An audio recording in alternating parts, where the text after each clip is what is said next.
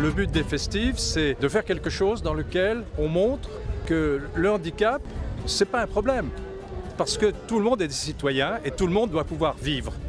La Rochelle soutient bien sûr ces festives, notamment en mettant à la disposition l'espace public bien sûr, en aidant à l'organisation de ces festives et puis surtout par une communication très large auprès de nos associations, auprès de tous ceux qui s'investissent dans la ville de La Rochelle sur ces questions à la fois de mobilité mais de handicap de manière plus générale. Les festives aujourd'hui sont organisées à Saint-Lô parce qu'on a profité de la présence du Tour de France et c'est pourquoi on propose aujourd'hui des promenades à vélo, mais pour personnes handicapées, pour personnes malvoyantes, etc. On cherche à faire se rencontrer les deux publics pour que les problèmes des maladies rares soient mieux connus de tout le monde et que les gens apprennent à regarder les personnes handicapées de façon plus amicale, plus sympathique. Le département de Charente-Maritime a équipé un bateau pour pouvoir accueillir des handicapés.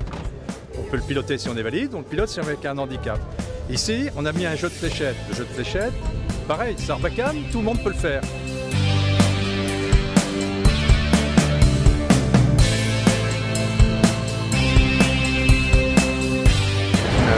Une magnifique opération qu'on est en train de la vivre concrètement sur ce bateau.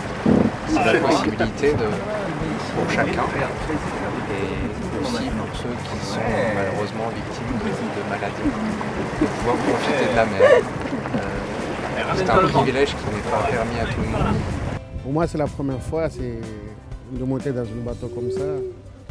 C'est une journée exceptionnelle avec une balade magnifique. Et nous, on va essayer de passer juste au ras à gauche de la tour Richelieu. À 1 mètre. Les festives m'apportent que je vais pouvoir rencontrer des gens qui sont touchés par d'autres maladies que la mienne et peut-être rencontrer des gens qui ont la même maladie que moi. Ça va me permettre d'avoir des réponses à certaines questions que je me pose et de pouvoir avancer.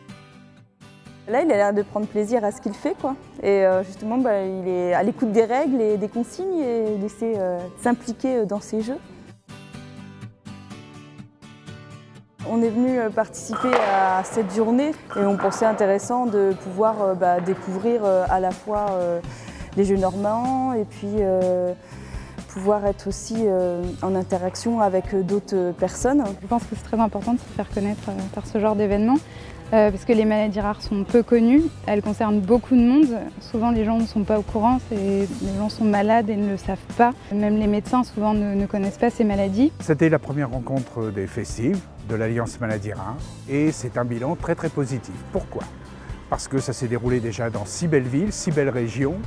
Ensuite, c'est des nombreuses personnes qui étaient soit concernées et des personnes qui n'étaient pas concernées par des maladies rares qui sont venues relever de nouveaux défis, c'est-à-dire des défis sportifs, culturels, des défis que ce soit en vélo, bateau, pédalo, et en fait tout simplement se réunir pour pouvoir parler des maladies rares, pour dire qu'ensemble, on est plus fort et ensemble on arrive à faire des choses extraordinaires.